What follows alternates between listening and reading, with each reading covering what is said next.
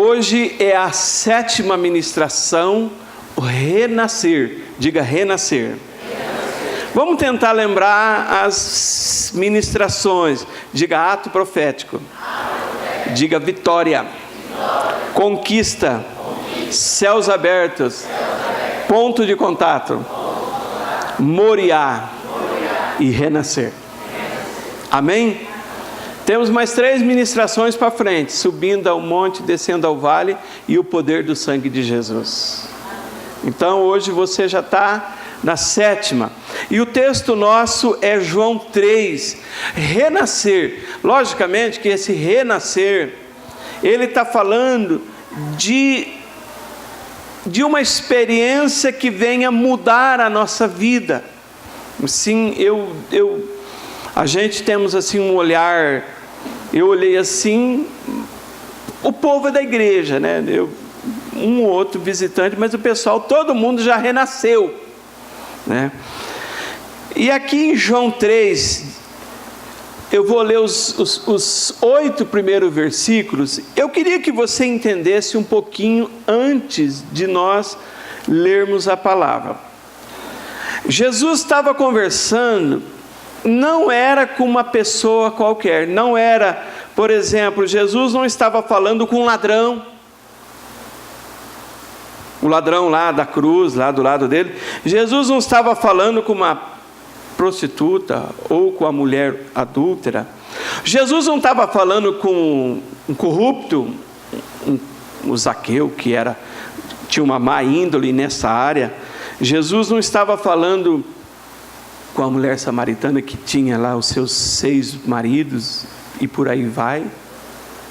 Mas Jesus estava falando com uma pessoa que ele era um fariseu, ele era o príncipe dos judeus, e na realidade, Jesus era chamado de Rabi. Diga Rabi. Interessante que a palavra Rabi era uma palavra de respeito e honra, né? E Nicodemos falou Rabi. Nicodemos sabia, só que Nicodemos também era um Rabi. Era um Rabi também. Então, na realidade, o que nós vamos ver aqui não era um discurso filosófico de 2 pessoas com sabedoria, porque às vezes você vai pregar para uma pessoa, dá a impressão que a pessoa sabe mais que você. Às vezes você vai pregar para uma pessoa, irmão, você já pregou para o desviado? O desviado, irmãos, ele conhece a Bíblia mais do que você, mais do que eu. Eu trabalhava na rodoviária e eu vi um homem barbudo sentado assim. Eu trabalhava, logo quando eu casei, eu colocava mala no ônibus, bagageiro, né? Eu era lá colocando. E tinha um homem sentado ali na rodoviária. E eu fui trabalhando, passando tempo, e eu fui perguntando para os funcionários mais antigos, né? Eu falei assim, esse homem aqui. Ele falou, não, o nome dele chama Caleb. Ele falou, olha, ele está aqui já faz 8 meses, sentado aqui, neste lugar aqui. O que ele mais gostava de pegar, era quando chegava o ônibus que ia para São Paulo. Ele pegava o giz, corria lá e marcava o horário que o ônibus ia sair. Então ele é uma pessoa que sabia ler e escrever. E um dia eu fui conversar com ele, ele falou para mim do grego da Bíblia. Ele falou do grego para mim, e eu saí dali falando em grego também, sabe, irmãos, assim. E eu falei, seu Caleb. Aí um dia eu estava trabalhando, e aí uma irmã dele, vendo de Cosmópolis, pegou o Bonavita, desceu para tomar um ônibus para ir para Sorocaba. Ela viu ele. Fazia um ano que a família não tinha contato com aquele homem, e na realidade ela pegou e ali ela ficou desesperada, que ele saiu correndo, foi embora, e ela ficou assim, eu atendi ela ali, pois não, né? O que está acontecendo aqui, tudo, né? Eu era presbítero na época. Ela falou, meu irmão, não sei o que tem, tal. Eu falei, ele fica aqui, então, a família está atrás dele faz um ano, tal. Você poderia ajudar ele? Eu falei, posso, o que você quer? mulher pegou, me deu um dinheiro. Imagine, me conheceu eu naquele momento na rodoviária. Me deu um dinheiro, você compra uma roupa para ele? Eu falei, compro. Eu acho que ela falou com a pessoa certa, né? O senhor compra uma roupa para ele? Compro. Uma camisa? Falei, compro, tudo. Aí ela foi embora, seguiu o destino dela, e aí depois o seu Caleb retorna ali. E ali eu peguei ele um dia, eu falei, seu Caleb, agora nós vamos levar o senhor na barbearia para cortar essa barba e esse cabelo do senhor lá, né? Ele tinha que cortar, eu não, né? O senhor tem que cortar a barba e o cabelo. Aí levei ele na barbearia, perto lá da antiga rodoviária, ali na esquina da pracinha, cortei e falei, agora nós vamos dar um banho no senhor. Aí levei ele lá em cima, paguei o banho para ele, falei, senhor, pega essa roupa do senhor, o senhor coloca essa roupa aí no sanito, e eu dei para ele uma calça jeans nova e uma camisa nova, e ele saiu de lá, assim, mexendo assim, feliz da vida. Falei, nossa, um outro homem. Falei, agora vamos fazer o seguinte, à noite eu vou vir aqui, e eu vou pegar o senhor e levar o senhor para uma casa de recuperação. Amém? Deu 11 horas, meia-noite, eu e um irmão, pegamos a Brasília azul, e fomos até a rodoviária, para trás do seu Caleb, para internar o seu Caleb. E chegamos lá, ele falou, não, eu não preciso. Por que eu vou internar? Eu estou bem. Não, eu já tomei banho, eu já rapei a barba, já cortei o cabelo, já troquei de roupa, eu já estou bem. E ele saiu correndo e foi embora. Irmãos, tem pessoas que infelizmente estão assim diante de Deus. Ele acha porque ele corta o cabelo, ele rapa a barba, ele troca de roupa, ele tem uma mudança exterior, mas a grande questão do seu Caleb é que ele precisava de uma experiência interior dentro dele. Quem está entendendo, irmãos? Glória a Deus, que depois de quase um ano, um dia, lá a irmã dele passando de volta, ela falou assim para mim, olha, eu queria agradecer você, não foi daquela vez, mas o meu irmão voltou para Cosmópolis, ele está lá na casa dele, ele está com a família dele, ele está congregando e ele está muito bem. Não foi naquele momento eu só paguei o banho, o cabelo, a barba e a roupa, mas depois ele teve uma experiência com Deus, e uma experiência com Deus é que vai mudar a vida da pessoa, amém, meus irmãos? Esse discurso de Jesus com Nicodemos não era um discurso filosófico de forma alguma, porque na realidade era dois rabis se encontrando, e era uma conversa que teve de noite. Além de rabi, que significava era mestre, né? A Bíblia também disse que Jesus também, algumas pessoas chamavam ele de Rabone. A mulher, né, a Maria Madalena, lá em João 20:16, após a ressurreição, ela dirige a ele como Rabone, que quer dizer mestre, amém? Então vamos ler a palavra do Senhor aqui, amém? João 3, verso 1, até o verso 8. E havia entre os fariseus um homem, chamado Nicodemos, né? A palavra Nicodemos significa vitorioso, aquele que vence, amém, irmãos? Príncipe dos judeus, principal, era uma pessoa importante da sociedade judaica da época. Esse homem foi ter com Jesus e disse, Rabi, a sua versão está Rabi, Rabi, bem sabemos que és mestre, vindo de Deus, porque ninguém pode fazer esses sinais que tu fazes, se Deus não estiver com ele. Versículo 3, né? Jesus respondeu, em verdade eu vos digo, que aquele que não nascer de novo, não pode ver o reino de Deus. Talvez Nicodemos estava pensando assim, né? Depois de todos esse elogio, né? Depois de eu elogiar, chamar ele de mestre, falar que Deus está com ele, eu falei: Nicodemos, você tem que nascer de novo. Você tem que nascer de novo.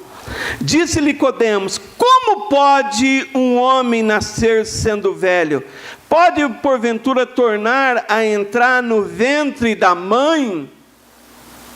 O contrário de parto, né? Você que pode pegar de novo um homem grande e lá, uma que não vai caber, né? Colocar de volta no ventre da mãe. Como pode? Jesus respondeu: na verdade eu te digo, aquele que não nascer da água e do Espírito, né, não pode entrar no reino de Deus, né? Porque toda vez que a Bíblia dirige-se a palavra Espírito com letra maiúscula, ela está fazendo uma conotação ao Espírito Santo. Quando se fala Espírito com letra minúscula, está se referindo ao Espírito do homem, ao Espírito humano. Amém, meus irmãos? Então fala, o homem precisa nascer do Espírito Santo, da obra do Senhor. Jesus fala no versículo 6, o que é nascido da carne é carne, e o que é nascido do Espírito com letra maiúscula é Espírito com letra minúscula. Amém? Tá assim na Bíblia de vocês? Amém? Senão você vai confundir os espíritos aí, depois você vai virar espírita, né? Não é isso não, né? Não te maravilhes eu ter dito, necessário vos é nascer de novo. O vento assopra onde quer, e ouves a sua voz, mas não sabe de onde vem, nem para onde vai. Assim é todo aquele que é nascido do Espírito. Amém, meus irmãos? O que na realidade, o que Jesus estava falando para ele aqui, era a respeito do novo nascimento. Estava falando a respeito do renascer. Agora, eu queria que você entendesse uma coisa, que vida com Deus é diferente de práticas religiosas. Amém? Vamos dizer, diga, vida com Deus é diferente de práticas religiosas. Porque se a gente olhasse pela vida do Nicodemos, ele era um homem que tinha muitas práticas religiosas. Por exemplo, diz a Bíblia que esse homem aqui, ele era um homem que ele jejuava 2 vezes por semana, ele era um homem que ele lia a Bíblia, ele era um homem que ele orava todos os dias, ele era um homem que tinha muitas práticas religiosas. Agora, o que Jesus está falando para Nicodemos, não era para ele ter práticas religiosas, porque tem pessoas que acham que servir a Deus é ter práticas religiosas. Não, porque agora eu tô guardando a palavra, agora eu tenho a palavra, né? Não, porque agora aqui em casa a gente toca hino. Então eu vou empetecar minha casa de coisas religiosas, né? E aí eu vou comprar roupa, né? De cristão, né? Eu vou fazer coisa de cristão. Irmãos, eu queria dizer para vocês que novo nascimento é muito mais importante que isso. Quem está entendendo, meus irmãos? Lucas capítulo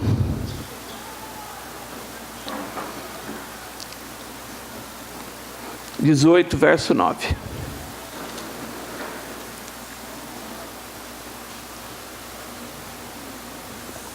A parábola do fariseu e do publicano. Amém?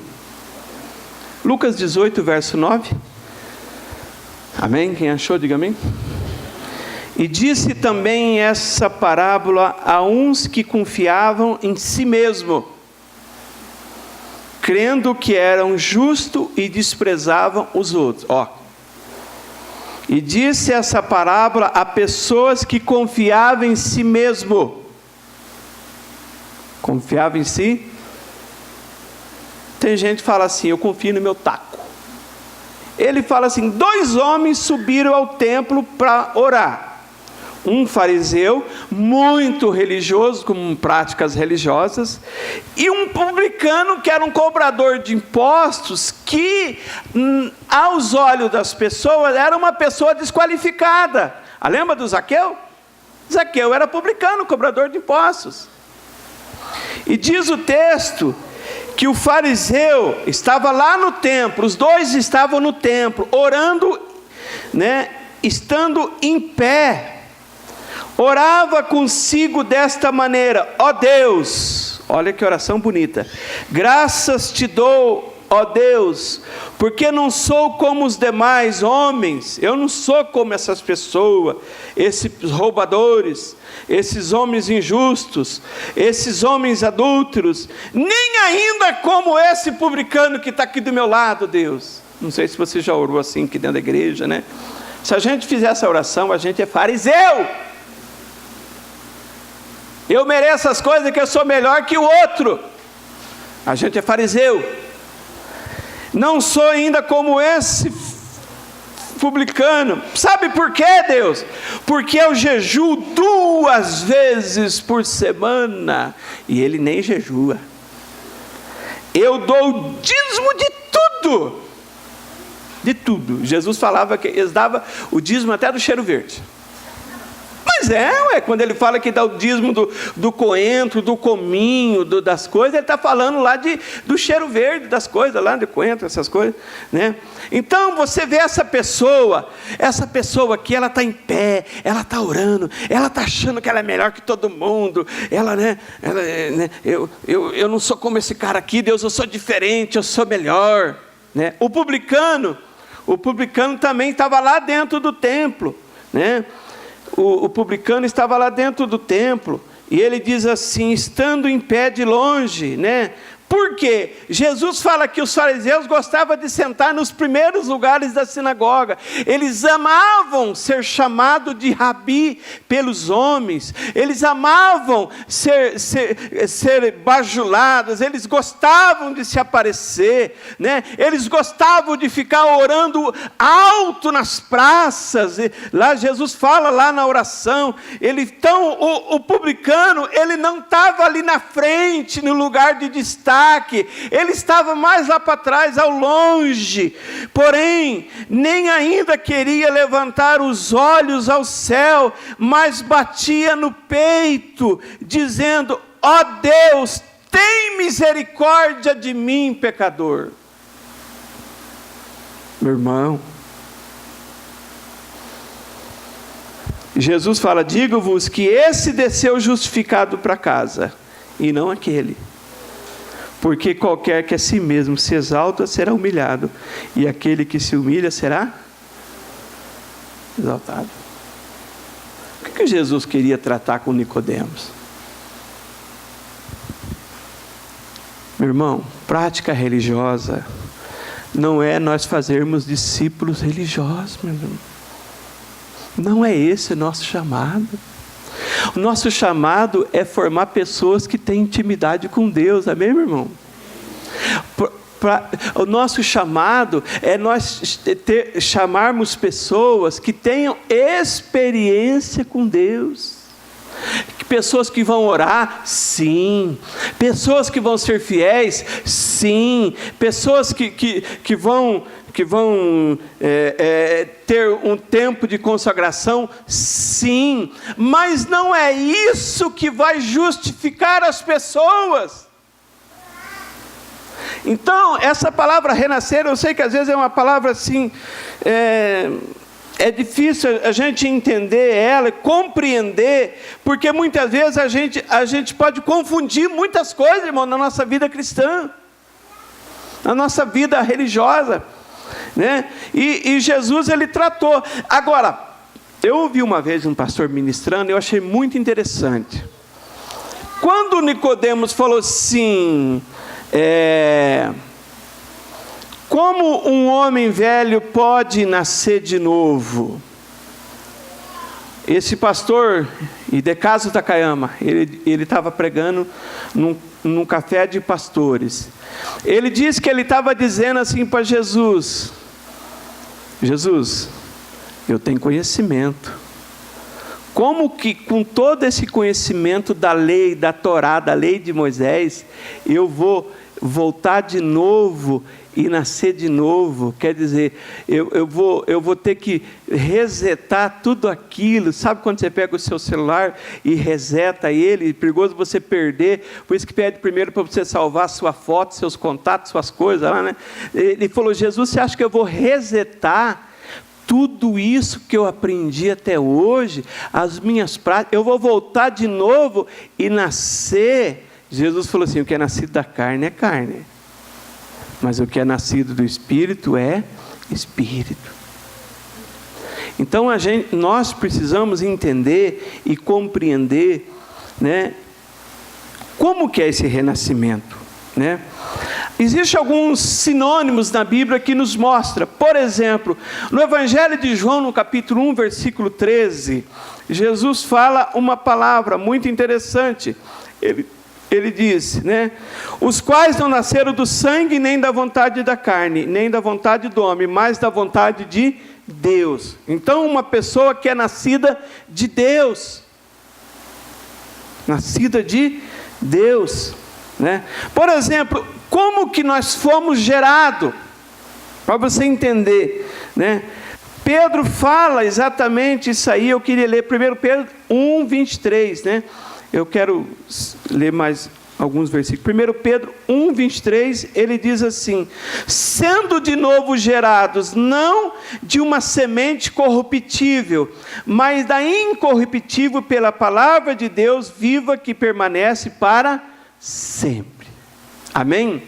Então diga assim para o seu irmão: você foi gerado pela palavra de Deus. Quando você veio para a igreja, você não apenas mudou de religião, mas você teve um encontro com Deus.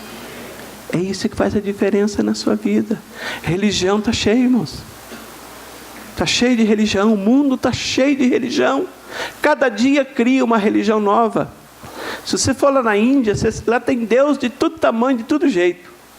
Então tem muita religião, muita coisa. Mas o que nós temos que entender, irmãos, nós não mudamos de religião, nós tivemos um encontro com Deus, meu irmão. Agora esse encontro tem que gerar fruto na nossa vida. Aquilo que Jesus falou para os fariseus: não adianta você, João Batista, não adianta fugir da ira futura. O machado está colocado na raiz da árvore, apresenta frutos dignos de arrependimento. Arrependimento é metanoia, mudança de vida, mudança na cabeça, mudança de atitude.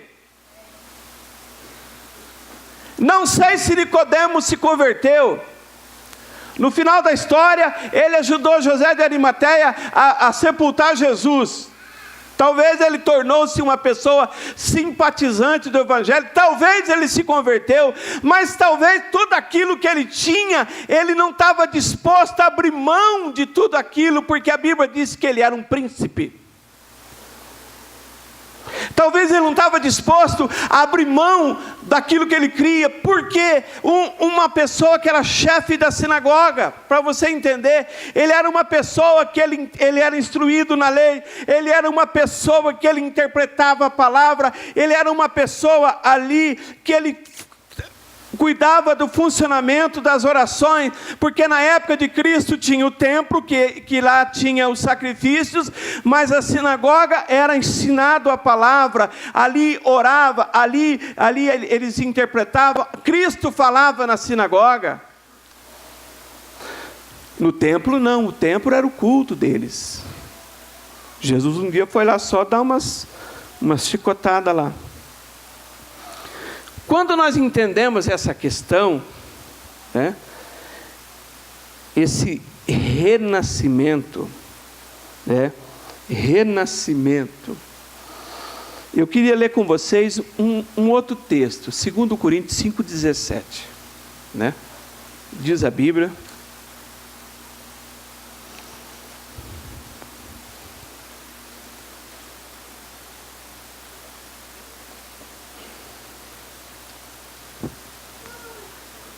Segundo Coríntios 5,17, Paulo diz assim: olha, irmão, talvez você veio para a igreja e você fez muita coisa errada no mundo. fez muita coisa errada lá no mundo. E quem não fez? Né? Aí você veio para a igreja, você aceitou Jesus, você renasceu. Às vezes aquela pessoa, ela fala, meu Deus, eu não vou para a igreja, eu tenho muita coisa errada. Né? Aí Paulo fala assim, se alguém está em Cristo, nova criatura é, as coisas velhas se passaram, tudo se fez novo. Vou ler de novo, se alguém está em Cristo, nova criatura é, as coisas velhas se passaram, tudo se fez. Aí o diabo usa alguém, crentinho, está lá dentro da igreja agora, né? Olha o que se aprontou aqui fora. O diabo sempre vai usar pessoas para lembrar do seu passado.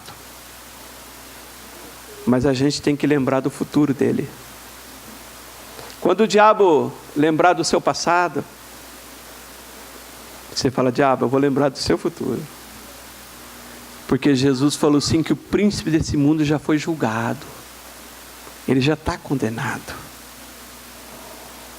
O príncipe desse mundo já está condenado.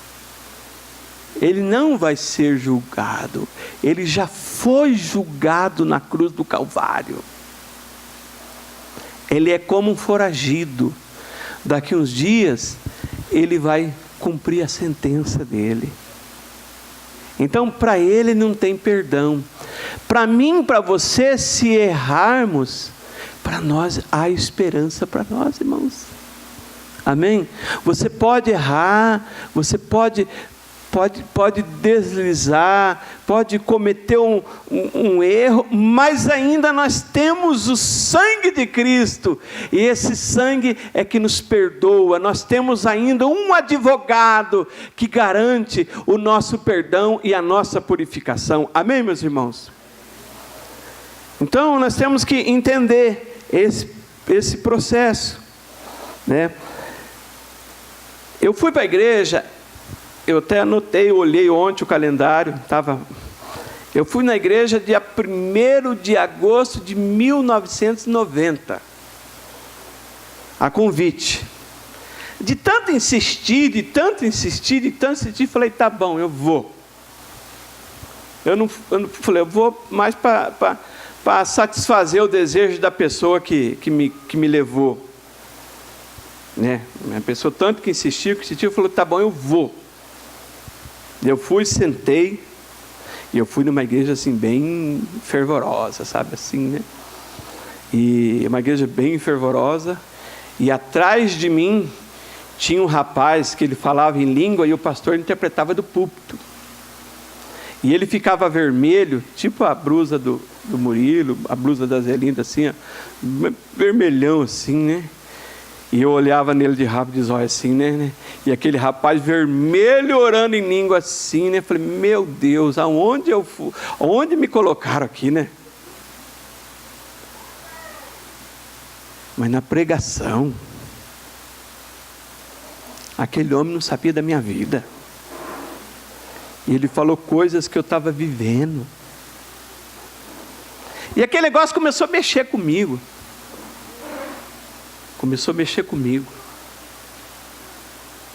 Sabe? Acabou o culto, eu já estava não aceitei Jesus, mas eu já estava. Eu fui embora para casa, fui embora, tudo aqui no bairro, né? Fui embora para casa, tudo, eu morava aqui na Carlos Lacerda, né? E eu fiquei naquela semana. Aí na terça-feira teve culto de oração de mulher. Só a irmã do circo de oração foi. E eu fui. De repente eu fui lá na igreja, eu vi que todo mundo estava ajoelhado. Falei, bom, então tem que ajoelhar também, né? Aí eu fui lá, ajoelhei lá no banco de madeira. E eu não sabia orar. Eu só falava assim, Deus muda a minha vida, Deus muda a minha vida, Deus muda a minha vida, Deus muda a minha vida, né?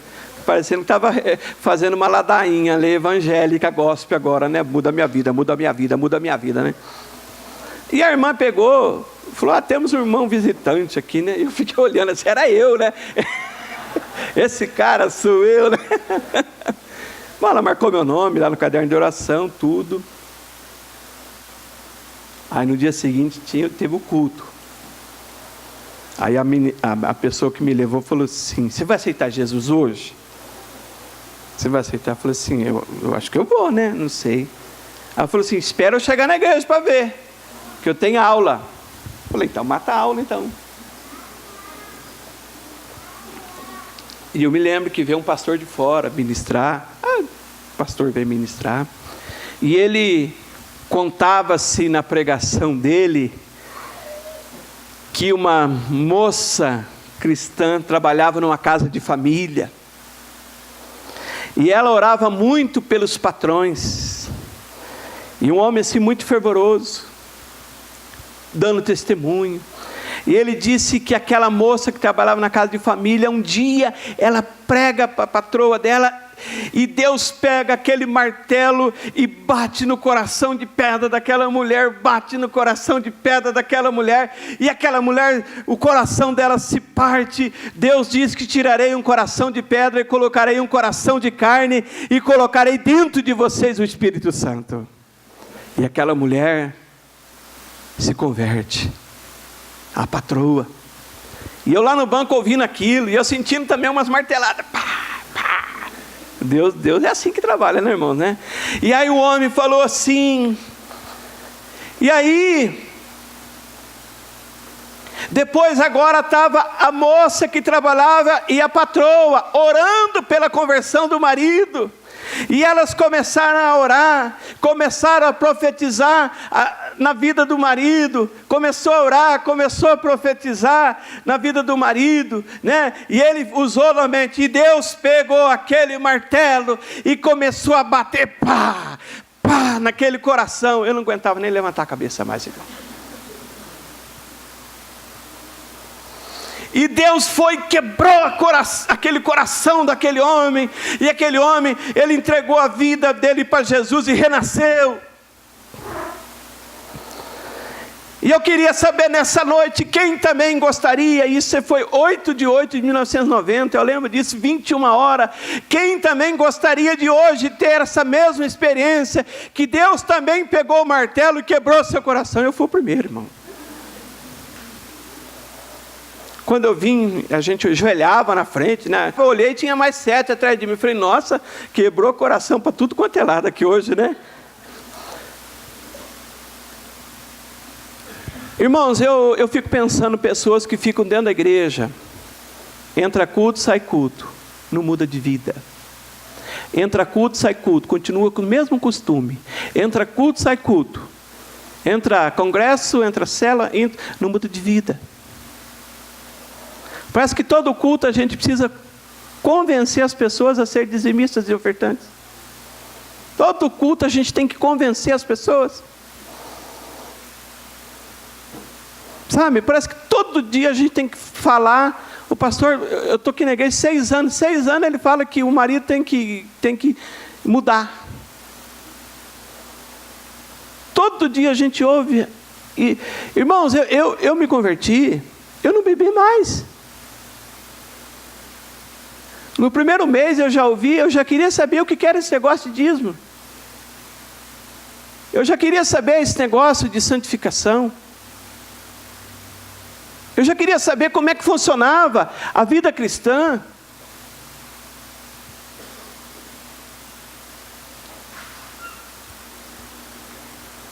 Porque eu acredito, irmãos, em algo que muda a vida das pessoas, irmãos. Não é uma palavra que vem massagear o ego da pessoa, mas o que eu estou falando, o que Jesus queria falar para Nicodemos aqui, é que ele tinha que ter uma experiência com Deus, porque Bíblia ele conhecia. Príncipe de fariseu ele sabia. Frequentador de sinagoga ele era.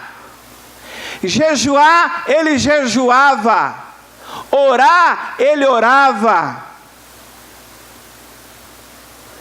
E os judeus acreditavam que através de essas práticas religiosas e por um esforço próprio, eles eram salvos. E aí Paulo vem e disse que pela graça sois salvos por meio da fé, não vem de vós, é dom de Deus, não vem das obras para que ninguém se glorie. Eu sou salvo não é porque eu venho na igreja, eu sou salvo não é porque eu dou meu dízimo, eu sou salvo não é porque eu leio a Bíblia, eu sou salvo não é porque eu venho orar todo dia aqui de manhã, eu sou salvo não é porque eu sou salvo por causa do Senhor Jesus na minha vida, amém, meu irmão? Dê um aplauso a Ele, meu irmão. Essas outras coisas são coisas que acompanham a salvação, meu irmão. São obras que acompanham a salvação. E a Bíblia fala exatamente que nós sim fomos criados para as boas obras. Paulo, ele fala lá em Efésios 2, versículo 10. Nós fomos criados para... A melhor definição da salvação foi o que Jesus falou na casa de Zaqueu.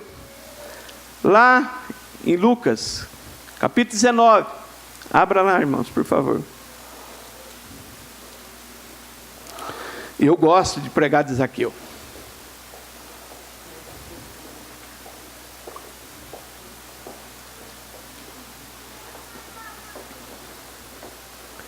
Né? Casa de Paz, falar de Zaqueu é tão gostoso, até canta a música do Zaqueu, todo mundo conhece, né? Todo mundo conhece. Quando Zaqueu, ele foi tocado lá dentro da casa dele, a melhor definição é Lucas 19, 10. Se você entender isso aqui, e se você falar isso lá na cela de aliança, ele falou, verso 9 e 10, ele falou assim, e disse Jesus, hoje veio a salvação nessa casa, porque esse homem também é filho de Abraão. Entende bem, ó, ele era filho de Abraão, mas não era salvo.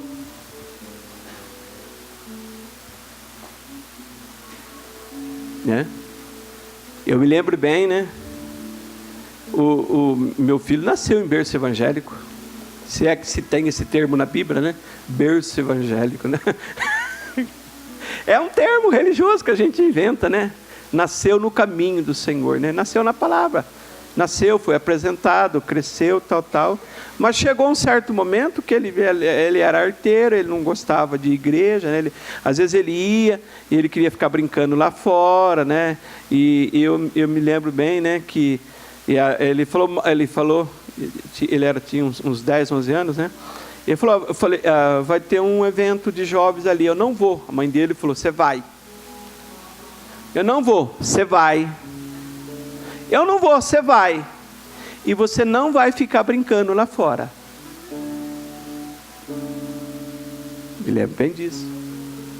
E aí veio a filha da Baby Consuelo, a Sara Shiva, ministrar, e ela falou umas coisas bem, que não era nem para a idade dele, foi uma coisa bem forte, e foi o Ministério Ipiranga tocar lá uns rock, umas coisas bem fortes, que não era bem para a idade de adolescente, era para os jovens. Mas eu me lembro que aquele dia ele estava lá no altar, ajoelhado, chorando, entregando a vida dele para Jesus, com 11, 12 anos. Nunca mais deu trabalho em relação à igreja. Hoje ele vem na igreja mais do que eu, porque ele vem de sábado, ele vem orar de sexta-feira. Então, você que tem filho, procura amarrar ele no altar, para ele ter a experiência dele com Deus. Amém? E aí Jesus fala aqui para a família de Zaqueu, no capítulo 19, versículo 10. Porque o Filho do Homem veio buscar e salvar o que havia perdido. Você sabe o que Jesus veio fazer aqui na terra, irmão? Veio te buscar. Fala para o seu irmão, ele veio te buscar, irmão.